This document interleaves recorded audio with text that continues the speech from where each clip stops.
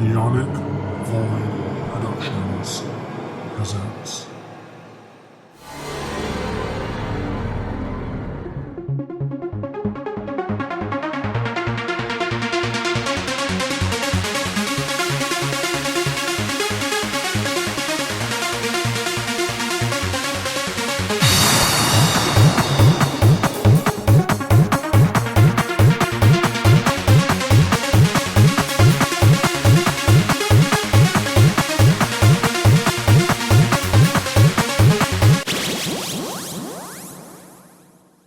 Silence. Wow. Wow. I'm still trying to think of clever ways to open up for book watchers. But hi, welcome to Book Watchers, the podcast where everything is made up. Wait, no, that doesn't I work either. mean, you're not wrong. It's fiction. Welcome to the podcast where we all hallucinate together while reading tattoos off of the shavings of dead trees. I'm your host Jacob, and I'm joined with the beautiful, stunning, bald Ginger. Who are you again? Hi, I'm Devin. What's good? What's cracking? What's poppin'? That was an intro. Tattoos on the skins of trees. The shavings of dead trees. Well, okay. I love the energy. Love the energy with that. But I could tell that you were kind of like, what the fuck am I going to say? You came with that on the spot, but I love the energy. Love it. So points for effort. Points for effort. Little weird, but that's fine because we thrive on the weirdness here. Oh, absolutely. But go ahead. So before we start, again, links and stuff will be in the description below if you want to follow us on. Well, we have a Twitter for book watchers. Lord only knows. By the time this episode comes out in April, since I'm not posting episodes for book watchers again until March, for reasons to make sure we have enough stocked up. Maybe by then we'll have a Twitter. If we do, it'll be in the description below. Otherwise, links to the podcast and the YouTube channel, which this podcast will be posted on as well, will be all on in the description below. So today, what are we talking about today? Today, we are going to be talking about the live action adaptations of the last two books that we were just reviewing. We're going to be reviewing Jurassic Park, the movie, and its sequel, The Lost World of Jurassic Park. With honorable mentions, with the honorable mention of Jurassic Park 3 and the new Jurassic World series. Woo. So for these movies, I just want to say the two of us here, we literally grew up watching these movies. I mean, yeah. I like when I was a kid, I don't even remember the first two Jurassic Park movies coming out in theaters, but I know they did. That was probably because they came out in like the mid 90s. And you know what? Let's look. When did they come out? When did they? 96? 97? 96, 97. Wow, they came out like really quick, huh? Oh, no. Sorry. Jurassic Park, the first one was 93. My bad. So the first one was 93. Nice. And then the second one was 97. Work. So there was a good 4 years before the second one came out, and then Jurassic Park 3 came out in 2001. I was a child. I know. I remember when that one came out, and it was, looking back on it, that one was definitely the worst of the three. Which one? The third one? Oh, yeah. Because first of all, there was no book to go off of. No, that's when they went off the track. Yeah, that's when they decided to try to make Jurassic Park its own thing. If anything, Jurassic Park 3 was more of like a Jurassic Park 2.1. Yeah. Mainly because so the Jurassic Park takes place on two separate islands. In the first book, it takes place on Isla Nublar, which is several miles off the coast of Costa Rica. And Nublar is part of an island chain that can be found there. And the other island is Isla Sorna. So Isla Nublar was where the park actually was, while Isla Nublar was where the dinosaurs were manufactured. So it's where the lab was. It's where the dinosaurs were bred and grown, and all that fun stuff. Um, so really, out of these two movies, Jurassic Park itself was more faithful to the novel. There was very few differences between the book and the movie, like except for the fact that it really covers how Jurassic Park itself had a much larger operation.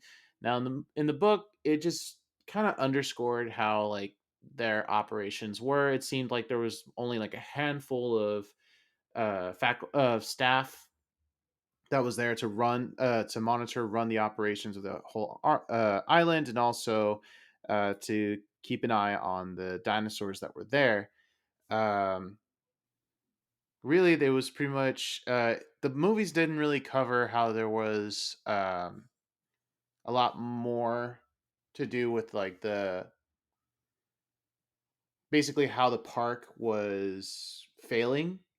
Yeah. Like it was not it although it's a beautiful idea having like this park slash safari adventure type theme park with actual living dinosaurs. It's a beautiful dream, but at the same time, John Hammond had no idea what the fuck he was doing because they're dealing with an entire species of animal that went extinct millions of years ago. So we have no idea how these animals are going to react to this new environment. So that's pretty much what we see in the movie too. So like we're introduced to all of the different characters like Alan Grant, um, Ellie. I forgot her name. Shit. Let me pull up. Sorry, I should have my notes ready. Ooh. Ellie Sattler, and then of course Ian Malcolm. Yeah. So and Alan Grant, of course, was played by Sam Neill. Ellie Sattler was played by Laura Dern, and we all know Jeff Goldblum played Ian Malcolm. Uh, thing about Ian Malcolm's character in the movie as compared to the book is that Ian Malcolm was less well, he was more of a bad boy type more of a bad boy type in the movie more than he was in the book. Um, I mean, how much of a bad boy can he be? You're a mathematician that studies chaos theory. Fair. Fair. Like, I mean, not saying there aren't any bad boys like bad boy scientists or mathematicians out there, but I want to That's see fair. I want to see it before I'll believe it. Anyway, so these guys are invited to Isla Nublar by the eccentric John Hammond to review the park because John Hammond wants to show his investors overseas that the park is safe and ready to be open to the public. Um, but he just needs Sattler, Grant, and Malcolm to come in, tour the park, just to see everything he's built and to confirm that it's okay. But the thing is that pretty much every single one of them agrees that this is a very dangerous thing.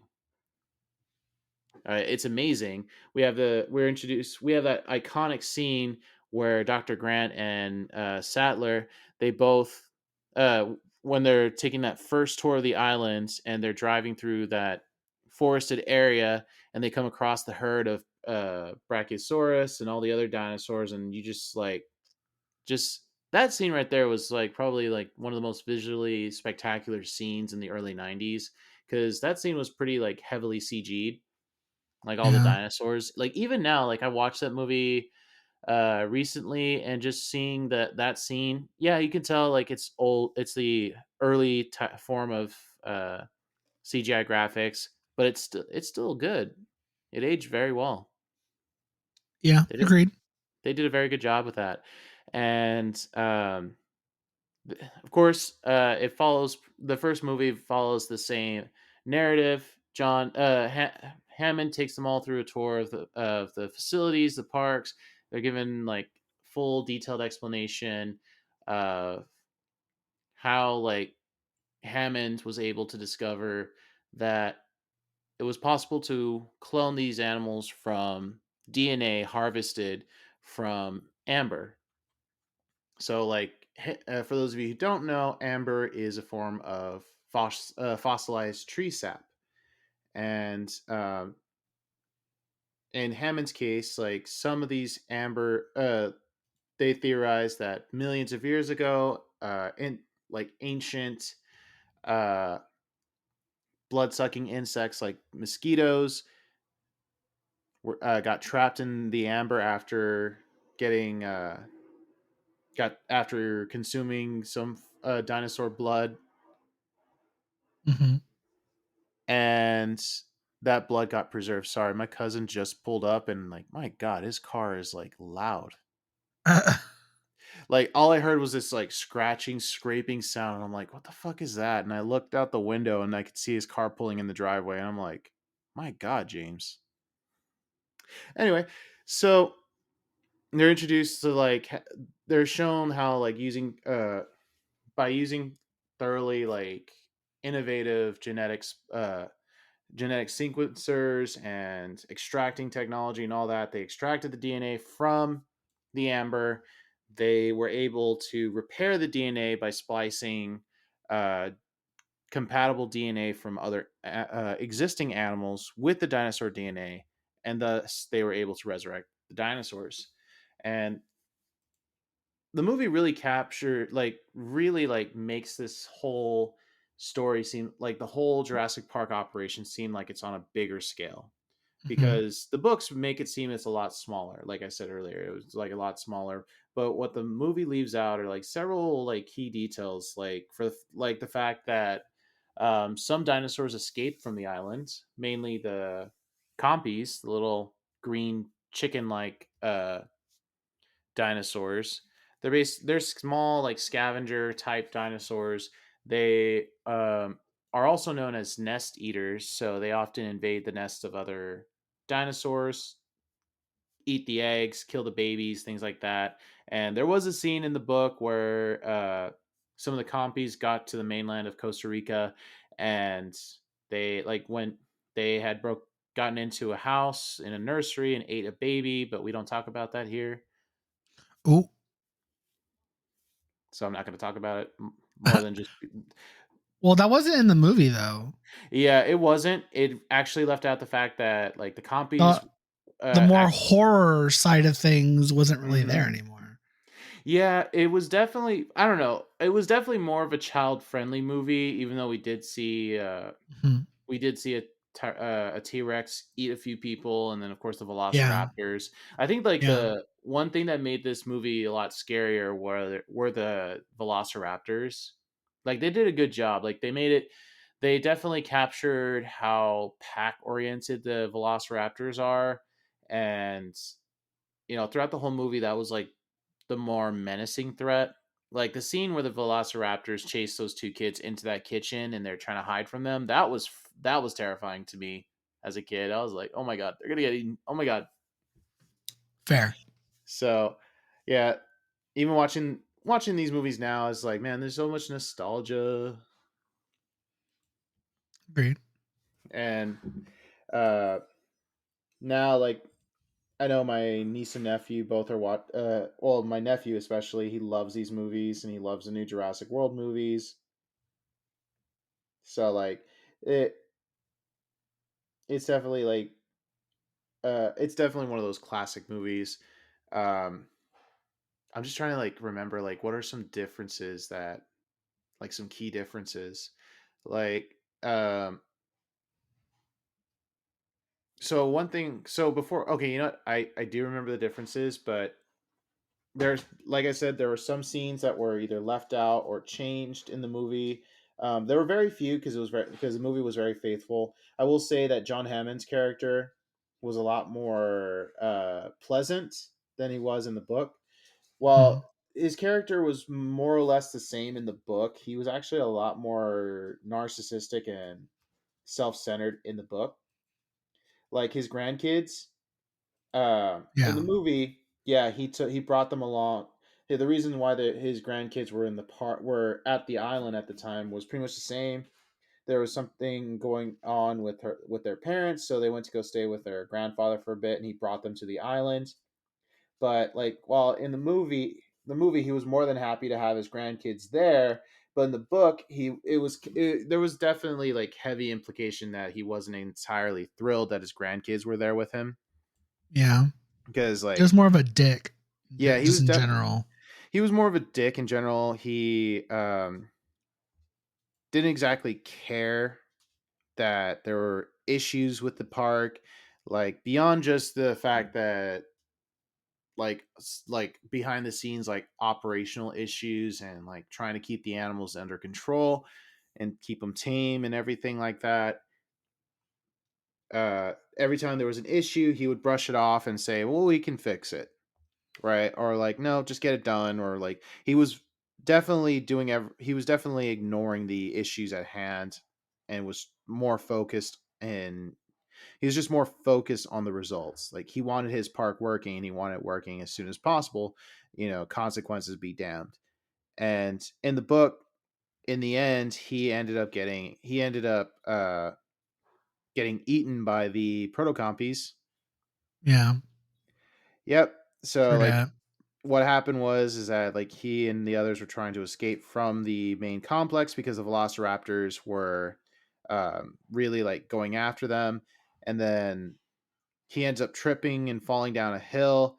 And Hammond, just like in the movie, in the book, he walked with a cane, and he didn't exactly have the best mobility. And when he fell, he injured his hip, and he wasn't able to really get up again, like climb up the hill.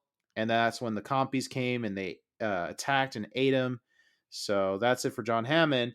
But in the movie, they changed his character all around to be more just something like, oh, he's an old man with a childish dream, right? Yeah. He's just an old man with a childlike dream, really just wants to bring joy to the world. And then in the end, even though like when everything fell apart, he actually felt remorse about everything that happened. Like he was sad that his dream wasn't going to go through the way he wanted it, but he did take responsibility for what happened at the island. And like leading into the second book, in the second movie in the book. So the second movie, in the Lost World, I can definitely say that the story, like everything that happens in the Lost World, the movie is very different from how it happened in the Lost World, the book.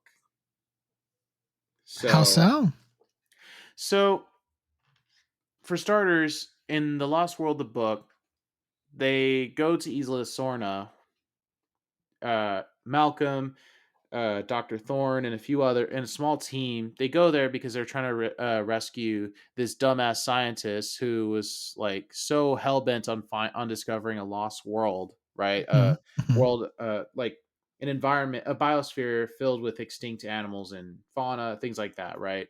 And he believed that he found it in Isla Sorna, but really he just figured out that it was actually just the manufacturing site for the dinosaurs that InGen, John Hammond's company, created. Now, in the book, InGen had completely gone bankrupt, no longer existed. A lot of their assets were sold off. And if anything, the Site B, as Isla Sorna was called by the company, was forgotten about. And the only reason why it was rediscovered was because some of their data had been recovered, and that's when it was discovered that there was a Site B.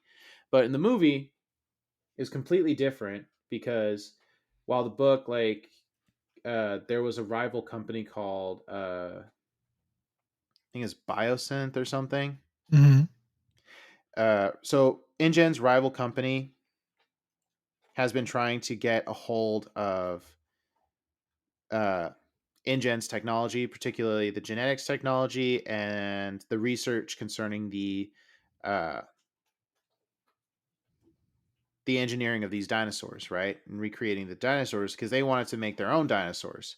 So they had several of their people were committing acts of corporate espionage in order to like get a hold of this technology and their research.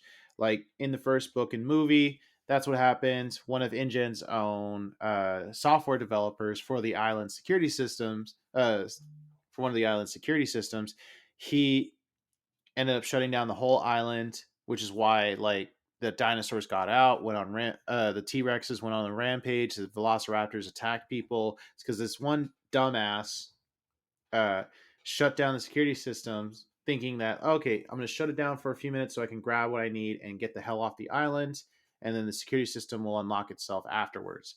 But Hmm. security system glitched out, so remains permanently locked out. Nobody could get it back in and get the whole island back up and running, get the dinosaurs contained again, and the uh, the software developer ends up getting eaten by the Dilophosaurs, Yeah, that's right. which He did. and so and that same company in the Lost World in the book sent a small team to Site B to try to grab a few of the eggs that the dinosaurs had been laying, so that way they can start breeding their own dinosaurs Hmm. because they don't have the research, but there's still living dinosaurs there. But that didn't work out. The Lost World, the book, was actually, to me, I thought it was pretty lame because it was just so underdone.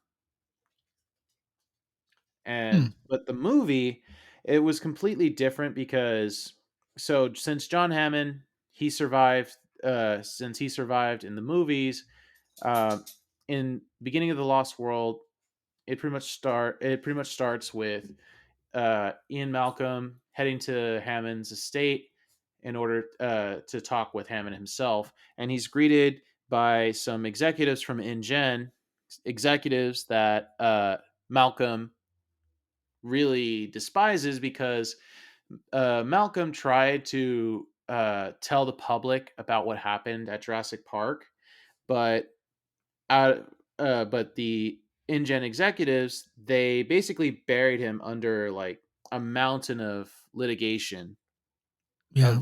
of legal jargon and whatnot, just to cover up the event of what happened at the island. And while we didn't actually see it, but it was implied that the that Isla Nublar had been completely destroyed by the Costa Rican government. While we do see that happen in the first book, doesn't we don't exactly see that happen in the first movie. So there's like wiggle room there for uh that may lead to the fact that oh, the island is probably still there, but Yeah. it's not. Uh and it is so once Malcolm finishes his little pissing contest with the executives, he goes to talk to Hammond, and Hammond tells him about Site B, so which is Isla Nublar, where they manufactured and bred the dinosaurs. And Hammond tells him that he had uh, basically commissioned a team to head to the island to study the animals in their natural environment before InGen, which had been completely which had been completely removed from John Hammond's control. He wants to basically give these scientists, this small group of scientists, to study the dinosaurs in a natural environment before InGen either liquidates them or uses them for other purposes. Because InGen still wants to create a Jurassic Park.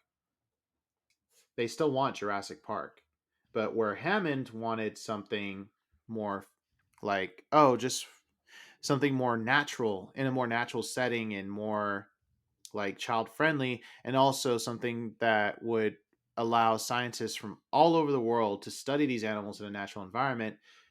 These InGen, the company and the executives that now run it, they want something that's more profitable. Hmm.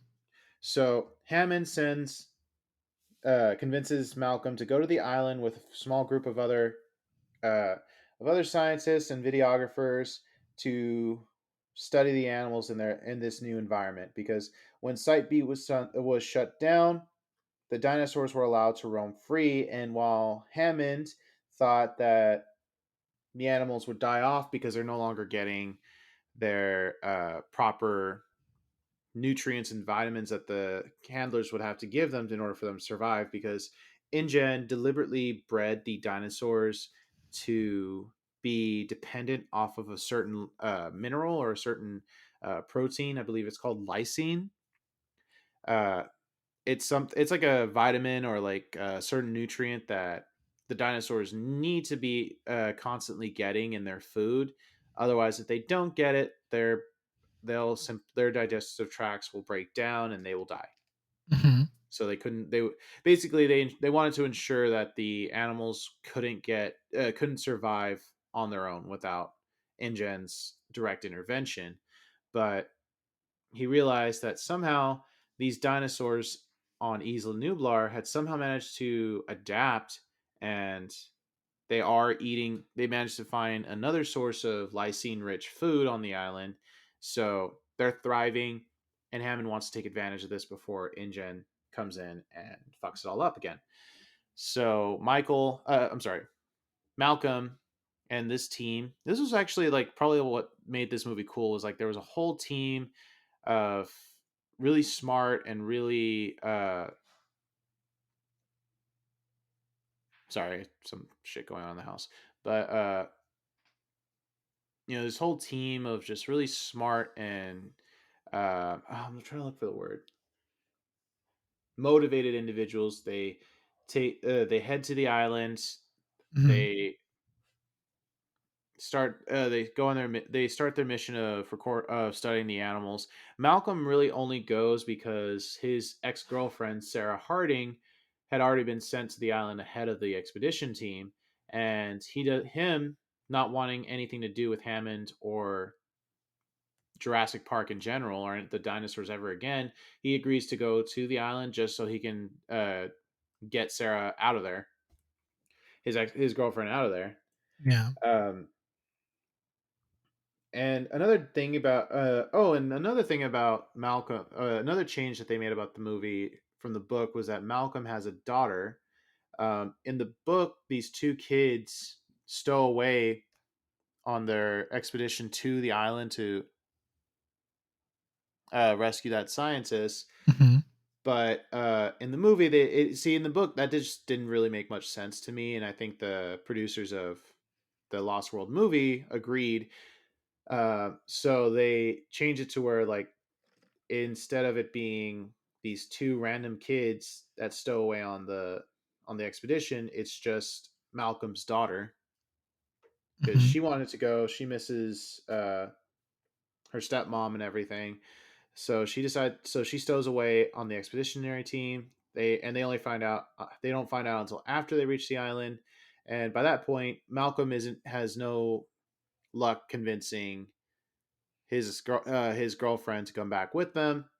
Uh, and this is where they start having problems, because the team that was going to be sent from InGen to start collecting the animals and start rounding up the animals for their more profitable Jurassic Park, they arrive. It's a much bigger team, and they start going after every dinosaur they see. They capture dozens of animals. We're introduced to like this big, well-funded force of just poachers and animal handlers, and it causes more problems than it solved, because the team, the InGen hired this renowned animal wrangler. He's just really like a poacher. There's no better word for it. This guy agreed to come to the island because he wanted to have a chance to hunt some of the dinosaurs, including a T-Rex. Mm-hmm. So like so his conditions were like, I just want to be able to hunt a T-Rex, bring it down, and he wants to eat one for whatever What the? reason. I mean, I guess she Yeah. wants to try dino meat. Yeah, I guess. I mean, honestly, who wouldn't? But still. Oh wait, I can I think don't of a few know. people. I don't know if I would want to eat dino meat. Would that even be good? Probably not. It'd probably be like super rubbery and gamey. Ooh. But but beyond that, a lot of the dinosaurs were getting captured, and at one point they discover the T-Rex, the Tyrannosaurus's nest, including a young Rex infant. And the poacher is like, okay, well, we need to lure the bull here, like like Mama and Papa here. So what they end up doing is that they capture the baby, and they chain it in a clearing. And Mm-hmm. they also, like, I think, I'm not sure, they don't show this part, but I'm pretty sure that they deliberately broke the infant's leg, Mm-hmm. so that way, like, the when it's crying out for its parents to come, like, help it and save it, it would be more convincing. Yeah. So and while the poachers are waiting for the T-Rex to show up, Malcolm and his team, they infiltrate the camp because as it turns out, one the videographer that Hammond hired to document the expedition, turns out he was actually one of those what do they call them? They're not. It's not eco terrorists, but it's like there's another word for him. What do you mean? Like, He's okay. like one of those, like, it's an environmentalist that will, like, commit acts of espionage to prevent, like, certain acts of ecological, like, destruction. Hmm. So, like, he's like, they would sabotage these guys would, like, sabotage, like, construction equipment and, like, things that would be used to, like, for deforestation Hmm. and, spread of pollution, things like that. Hmm. An eco Hmm. warrior, I think that's what they're called. Eco warrior. Sounds about right. Yeah. Well, anyway, the videographer turned out to be an eco warrior, eco terrorist, but but so yeah, the reason why Hammond actually hired the guy was because if InGen actually shows up and starts to, like, interfere with with the animals, that guy was basically, he was supposed to he's supposed to, like, stop them, Yeah. and not really stop them, but delay them, make their efforts a lot harder.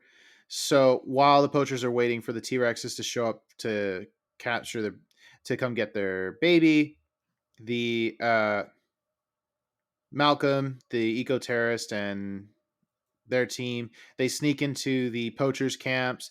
They start opening the padlocks for that the captured dinosaurs were in, and, like, for one particular cage that they unlocked was that of a triceratops bull. So the triceratops and the other dinosaurs got out, started rampaging through the poacher camp, and caused a lot of mayhem. And when the poachers were distracted, Malcolm and his team also managed to go in and rescue the baby T-Rex, and they bring it back to their camp, which is a mistake, right? Like, that's a mistake right then and there, I because mean, it is. It's a it very big mistake. it was a it Dumb was a very choices 101. yep, it was a very big mistake, because even though they rescue the T-Rex and they fix up its leg, the Mama and Papa show up and they completely, like, fuck up their camp, like, Decimate. decimated, like, so, like, part of their expedition, some of the equipment they brought were these trailers, these really cool research trailers, right? Just, like, basically like like oh god, what do you call them? It's like a two sectional RV, Yeah.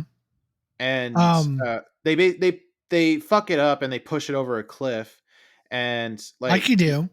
yeah, like you do, and they barely survive. They barely make it out of there, though. Like, one of them does get ripped in half by Mama and Papa.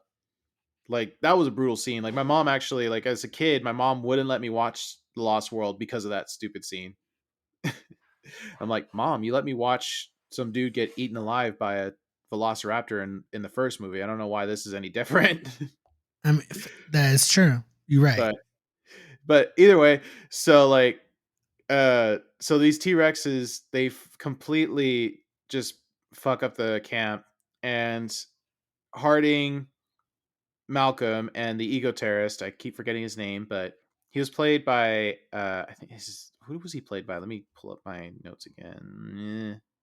He's not Adam Sandler, Vince Vaughn. Oh yeah, He Vince Vaughn. Yeah.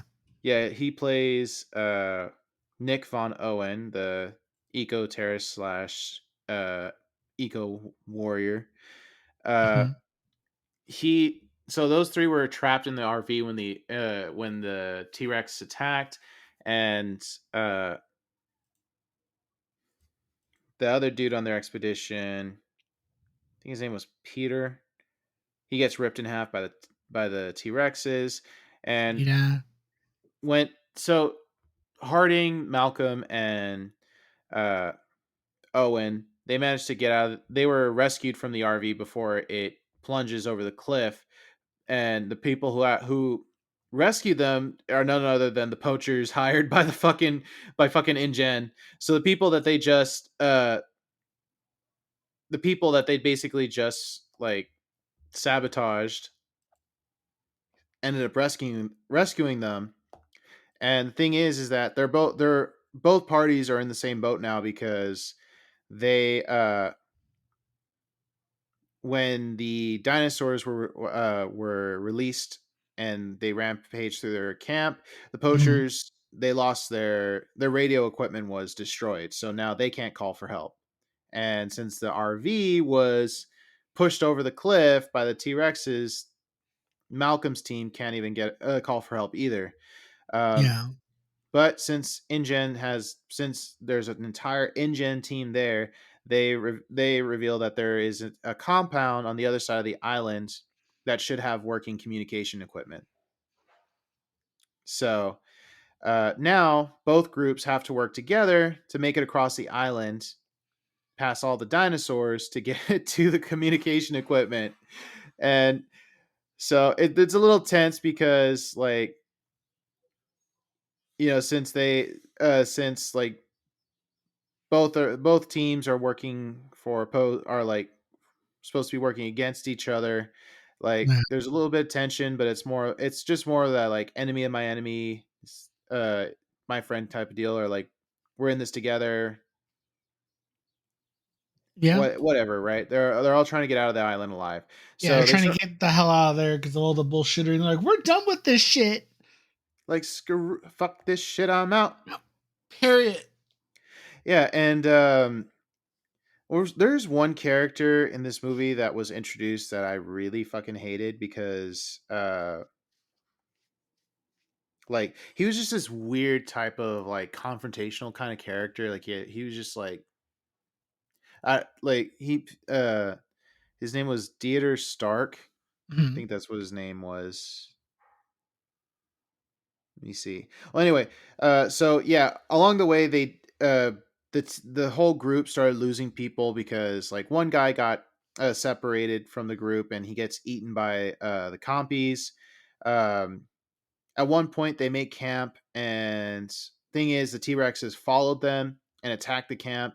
A lot of their group gets eaten by the T-Rexes, and a large number of them run like try to make a run for it to the compound with the to the InGen compound. But when they do that, they have to go through Velociraptor territory, and it's it was definitely this scene was definitely one of those like oh shit kind of scenes, right? Because to get to the compound they have to go through like this like flat plain. There's like a lot of tall grass. Well, the Velociraptors make use of that and they stalk the group through the tall grass, and they start picking off everyone one by one. So pretty Yeah. much everyone from that big poacher group gets eaten by the Velociraptor pack. Malcolm and his friends barely make it through alive, and they manage to make it to the compound. Um, Vince Vaughn's character Owen, he makes it to the communication equipment and calls for help, but uh, thing is that Malcolm, his daughter, and Harding, they're cornered by some velociraptors, and like they barely escape. And Mhm. it's only by being smart. It's only by being smarter than the velociraptors were they able to do it. But you know how it is with velociraptors, Yeah. and so they managed to make it to the so Owen manages to call in for help. A helicopter comes in. They all manage to escape the velociraptors and escape the island. But before they uh, before they're carried off the island, the helicopter does a flyby over the camp that they had just escaped from, and they see that the poachers had managed to capture the uh, managed to capture one of the T Rexes as well as the baby. Mhm. So Mhm. the movie is not yet over. They Everyone makes it back to the mainland, and from there, Malcolm and his friends they're really trying to fight InGen to tell them like they need to like delay the opening of the park because they really don't know what they're doing. They try to go to the authorities, but no one's really listening to them. So instead, uh, they decide to attend this rally because InGen is waiting for the cargo ship with the T Rexes to come into port. But while they're there, the InGen guys they notice that the ship carrying the T Rexes has gone dark. Like they can see it's coming into port, but there's no one responding to their hails, and the ship ends up crashing into the dock. And that's when everyone realizes that the crew of the ship are all dead, and the T-Rex is not only awake, but it's completely like going on a rampage because so what happened was when they had originally sedated the T-Rex, they had used a very high dose of sedatives, so much so they weren't sure so much so that that they had a moment where they thought the T-Rex was going to die because its uh vitals had pretty much gone flat. So they decided to pump the damn thing full of like I think it was like adrenaline or something to And like they counter woke the it up. sedatives. Yeah, it woke it up, and the T-Rex ended up going on a rampage because it was basically like uh like it was basically coked the fuck out. Yeah, basically, yeah.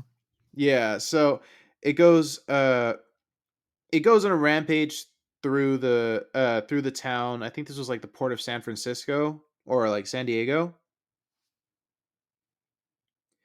And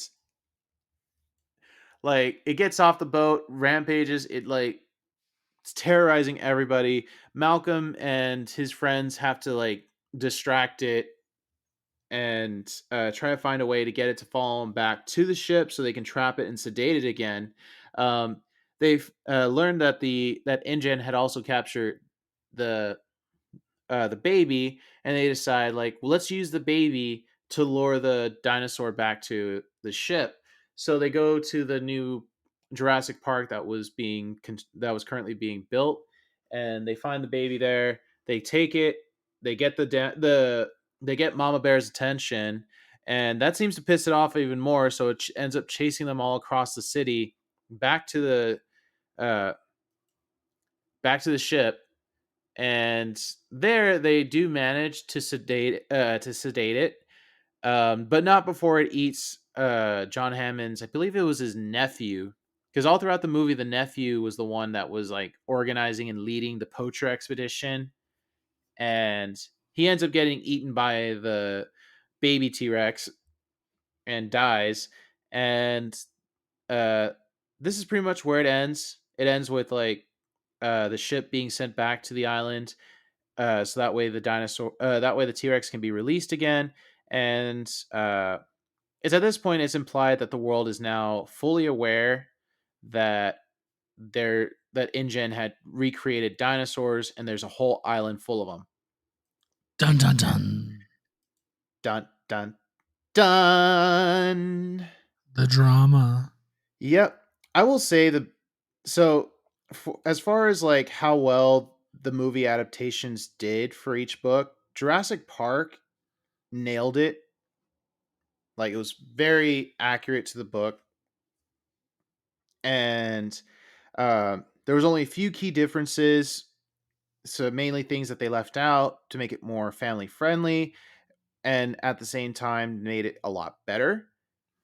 Yeah. And then also, so like I would definitely give Jurassic Park a 9 out of 10. I don't give it the full 10 because there's just a few things that they left out that made Jurassic Park a horror, Yeah. that made it more horror film. But in the end, it still came out to be a very good book, a very good movie. Now, as far as like for The Lost World, the book itself was so disappointing. I'm sad that I read it.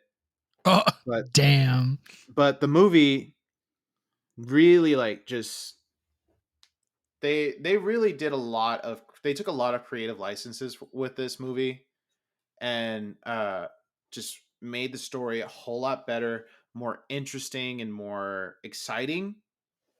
So the movie itself is like a definite 10 out of 10, Mhm. simply because it took the sheer disappointment that was the book and made it into something a lot better.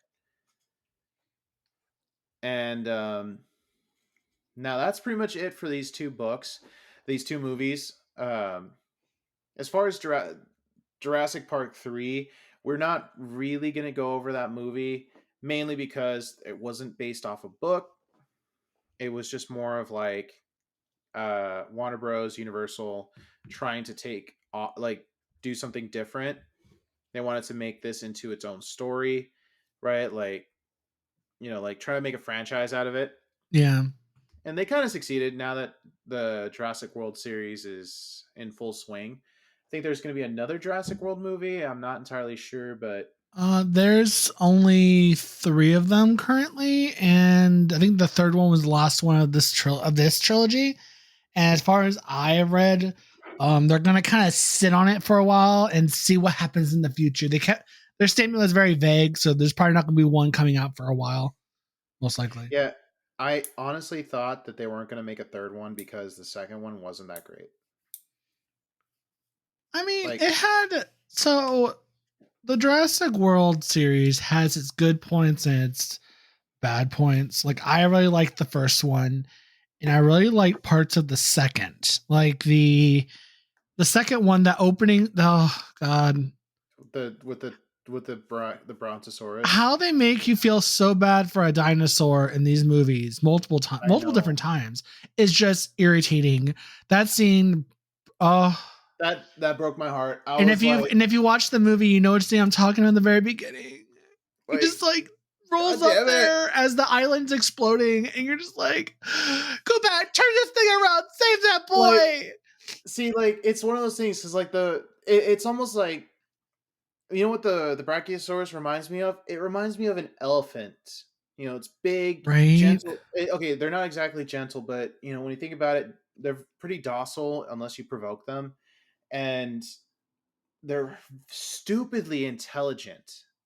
Like elephants are very intelligent. So like you could tell like that dinosaur was intelligent because it knew to go to the dock because it knew like it would be was safe. Gonna die. Yeah, it knew it was gonna die, so it tried to get to the dock and it didn't get there in time, and it was just like, God damn it. Like, what the fuck, broken. Yeah. I cried. I'm like, why am I crying for a fictional animal? Like, fuck, man. You're giving me the feels. And then and then the whole cloning thing was kind of interesting, but I kind of wish they did other stuff with that idea. But the cloning of the humans and stuff too, or the idea of them trying to using the dinosaurs, and then also trying to do human cloning and stuff was interesting. But like, I wanted them to do it some of Differently. that differently. But I like Yeah. the so Jurassic World tried to do the trilogy tried to do more of a kind of a horror vibe to it in some of the parts, especially with some of these new dinosaurs that they created from scratch.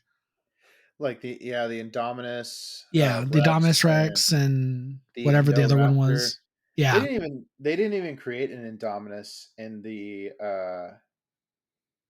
new book. Oh no, they did. It was the locust. They made Indo locust or something. yeah, and So the new like, one.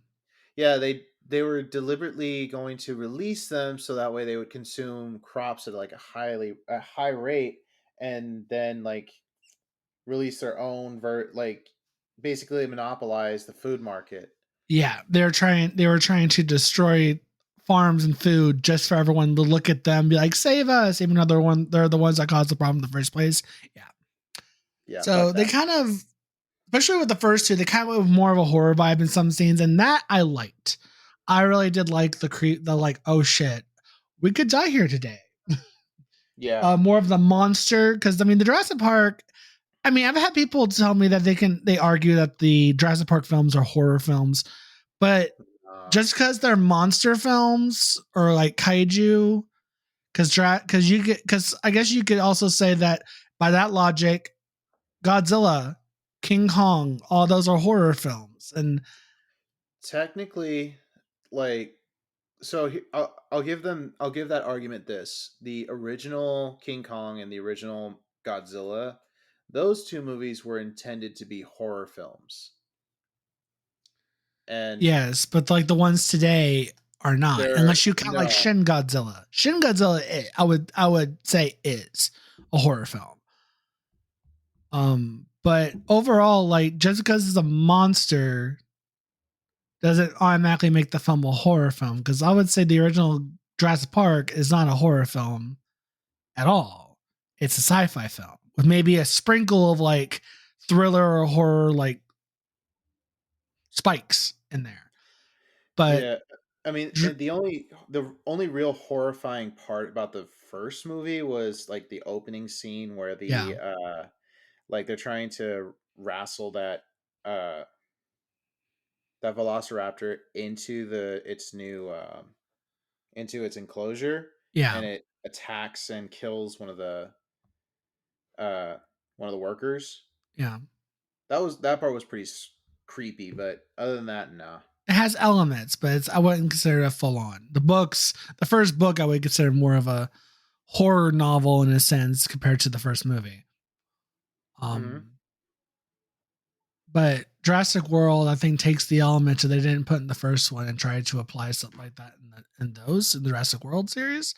And they had some degree of success with those, especially with the first two, with the scenes with the newly made dinosaurs that they've created from scratch, which that was, again, dumb ways to die. A terrible idea. Why fuck around with genetics? Don't do that. Don't do that. Yeah. Don't give a dinosaur an ability to camouflage itself to where even heat signatures can't detect it. Don't do that. That sounds like a dumb idea. Dumb idea, Yeah. because you're going to give that animal smarts and it's going to kill everybody it comes across and multiply and eventually take out the human race at some point. Like, don't do that. Dumb Yeah. ideas. Yeah, like the only way they're going to be able to breed, like the only way they're going to be able to like breed a dinosaur is by splicing it with existing. If they manage to do find it's like existing dinosaur DNA, it's Well, probably I going to be mean, damaged. And like the thing about, I'm just saying, like if they do end up resurrecting various extinct animals, like they're very close to resurrecting the woolly mammoth yeah. Well, I mean, because. they did breed in the movies though. Mhm. They learned how to since they crossbreed them with frogs and stuff, they learned how to asexually reproduce. Yep. That was the issue with the dinosaurs. And of course, if they do something like that today by splicing it with its closest descendant, Like I and think they they were gonna. start you're gonna play a game of fuck around and find out. That's really all science is fucking around and find out. And the fact that they want to bring back like the woolly mammoth and stuff, I'm like, is that really a smart idea though? I mean, I don't Yeah, think the 'cause we woolly don't. mammoth would be a hazard to humanity, but like that's a stepping stone to something much more catastrophic Dangerous. down the line. That somebody's like, Yeah. oh my God, let's bring back the T-Rex. And it's going to be some chicken abomination because the closest, as far as I know, the closest relative to like the T-Rex is a chicken. Fun Apparently, fact. yeah. So it's going to be a chicken monster. I Peacock. swear. But I know. I was thinking the same thing. Like, oh my god, if a fucking T-Rex escapes and I hear a Glock, or just they're going to be able to kill fly me and now. shit because they're dinosaurs' closest relatives outside of like back then when they first made the movie, they thought it was more reptilian relation when in reality it's birds. They're more like birds. And that's why in the newest films they made the dinosaurs look more, well, the newer ones like they gave the dinosaurs more in the appearance of like birds, some of them obviously, but like if you start splicing them with birds and shit, eventually you're gonna create some big ones that are able to fly when they weren't before. They just had feathers. I don't want to walk outside and all of a sudden see a flying T-Rex come at me or a flying raptor or some shit. No, thank you. I'm good. I'm good. I'm gonna tell you right now, the largest flying dinosaur that's ever been discovered is the Quetzalcoatlus. The Quetzalcoatlus. I never heard of that. What the fuck? The Quetzalcoatlus is like if you Google it, I don't know what its wingspan is, but it's huge. That motherfucker These is native to things. yeah.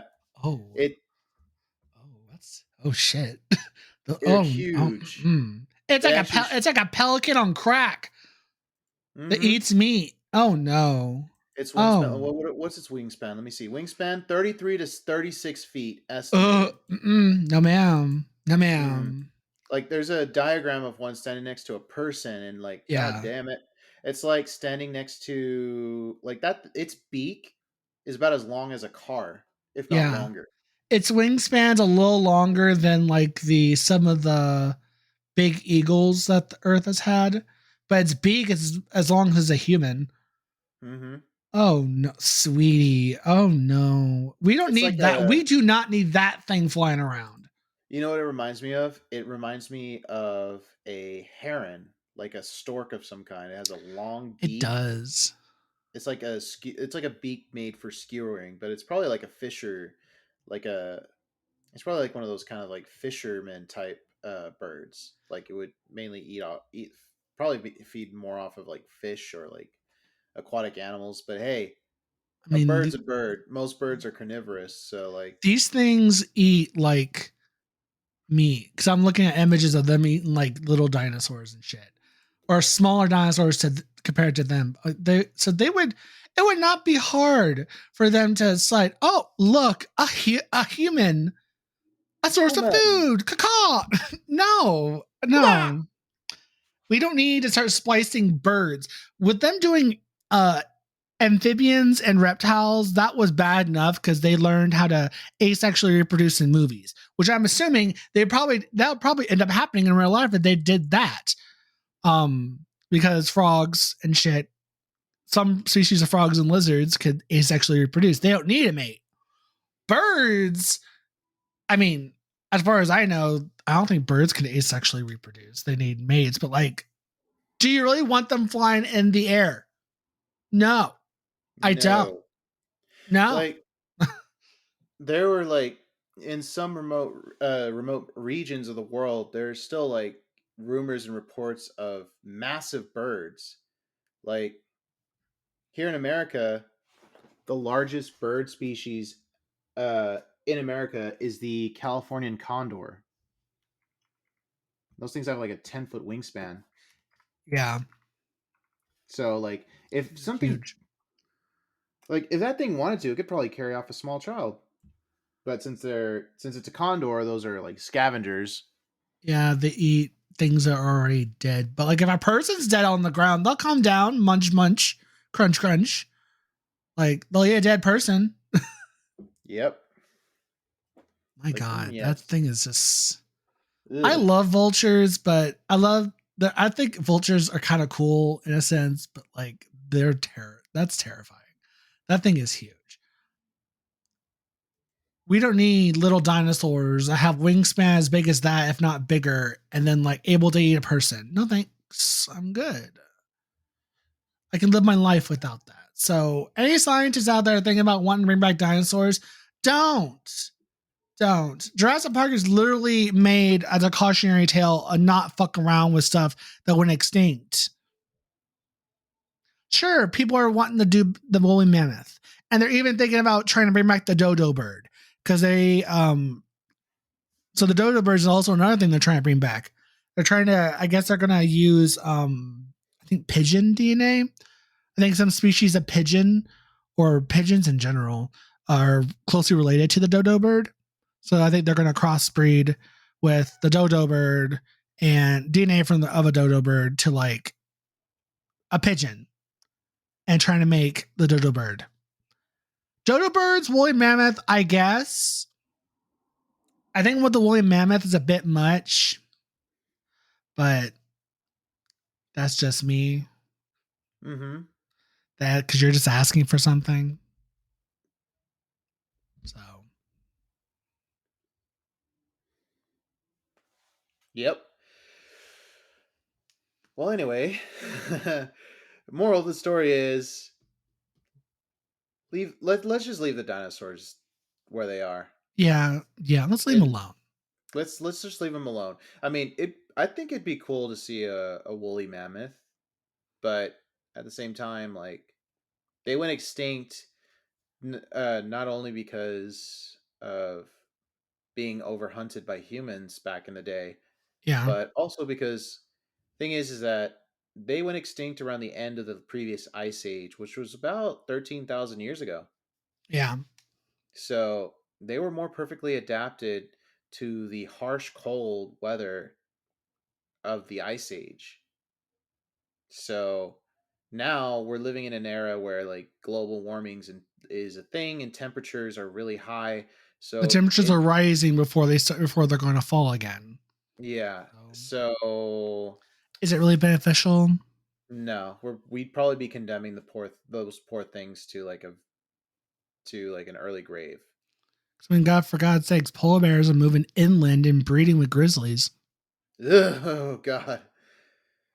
Yeah, so eventually the polar bear is not going to be a thing anymore, and neither is the grizzly because they're breeding with polar bears, and they're making a new bear, and it's just like that. That just sounds terrifying because the grizzly bear is huge, but the polar bear is bigger. So, can you just imagine the size of that fucking bear? I know. Oh, aren't polar bears like the largest breed of bear? I think so. Yes. With the size of a polar bear and the temper of a grizzly, oh girl, it's a wrap. you can have Canada, you can have the northern region of the world. Take it. We don't want it. We don't need it. Nah. So that's happening too. So breeds animals don't why and what are you gonna do? And so it's like, are we gonna be able to see like mammoths versus moose rampaging each other? Because I think mammoths are bigger than a moose. Oh, they're way bigger. But let's see here. Apparently, it's actually the Kodiak bear that's the biggest bear species. But whatever. The Kodiak bear, where's that at? I don't know. It's like in Canada. It's in Alaska. Okay. So Alaska, Canada.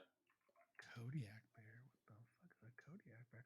Oh, these things. Oh, got it. Well, anyway, thank you for joining us on our segue from dinosaurs to mammoths to bears. Yeah. We get distracted easily here. Oh, actually, they're also considered to be some of the grizzly bear. Okay, so it might be the Kodiak bear breeding with the polar bear.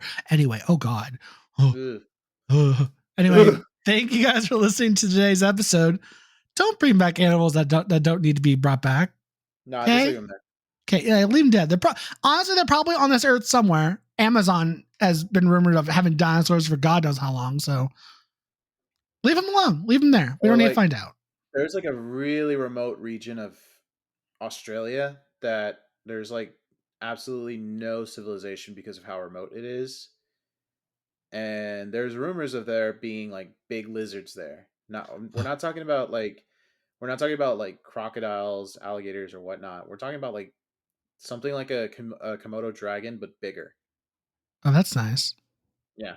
So, I mean, if you're from Australia and you happen to be listening to this, like, don't Right bother in. Let us know. let us know, because like we're not actually fact checking. Like, this is shit that I've heard on like the Discovery Channel or like. Email us at House of the Void. Let us know. But until then, tune in next week. We will be reviewing Hellbound Hearts. No. Yeah, Wait, yeah. Yeah, you're right. Yeah, Hellbound Heart. Yeah, And yeah. for those of you who don't know, that is the book Hellraiser. that's, yep, Hellraiser. We'll be diving So, into the gayness of Clive Barker. and also we will be joined by another host as well. Yeah. You know them from some of the other Neonic Void production podcasts. Spookalypse, Voidonica. It's Tiff / Housekeeper. They'll be joining us for the Hellbound Heart and the Hellraiser films.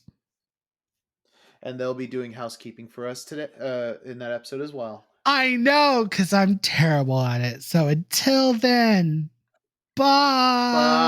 Bye.